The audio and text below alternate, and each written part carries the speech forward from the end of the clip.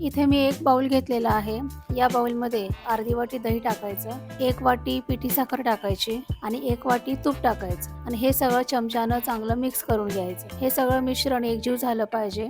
आता आपण याच्यामध्ये 1 वाटी दूध टाकूया। हे सुद्धा चमच्यानं चांगलं मिक्स करून घ्यायचं। आता आपण याच्यामध्ये 1 वाटी रवा टाकूया। इथे मी बारीक रवा घेतलेला आहे, तो सुद्धा या मिश्रणामध्ये चांगलं मिक्स करून घ्यायचा आणि आता हे मिश्रण एक 20 मिनिटांसाठी आपण रेस्ट करायला ठेवून देऊया। आता 20 मिनिट झालेले आहेत। हे मिश्रण पण चांगलं मुरलेलं आहे। आता आपण याच्यामध्ये 1 वाटी गव्हाचं पीठ टाकूया। तुम्ही याच्याऐवजी मैदा टाकला तरी चालेल। अर्धा चमचा बेकिंग सोडा आणि अर्धा चमचा बेकिंग पावडर टाकायची आणि हे सगळं मिश्रण परत एकजीव करून घ्यायचं। हे जर आपल्याला थोडंसं घट्ट वाटत असेल तर थोडंसं दूध टाकायचं आणि परत हे सगळं मिश्रण आपण चांगलं चमच्याने मिक्स करून घ्यायचं। आता आपण याच्यामध्ये व्हॅनिला एसेन्स मिक्स करूया, त्याच्यामुळे त्याला सुगंध चांगला येईल। हे सुद्धा चांगलं मिक्स करून घ्यायचं।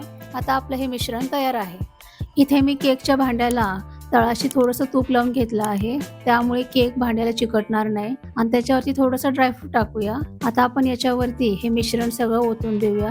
हे मिश्रण सगळं या भांड्यामध्ये टाकायचं आणि थोडंसं सेट करून घ्यायचं असं हलवून। आता आपण याच्यावरती डेकोरेशनसाठी थोडेसे ड्रायफ्रूट टाकूया। तुम्ही काही टाकलं तरी चालेल। इथे मी आधीच कढई गरम करून घेतली आहे एक 5-10 मिनिट।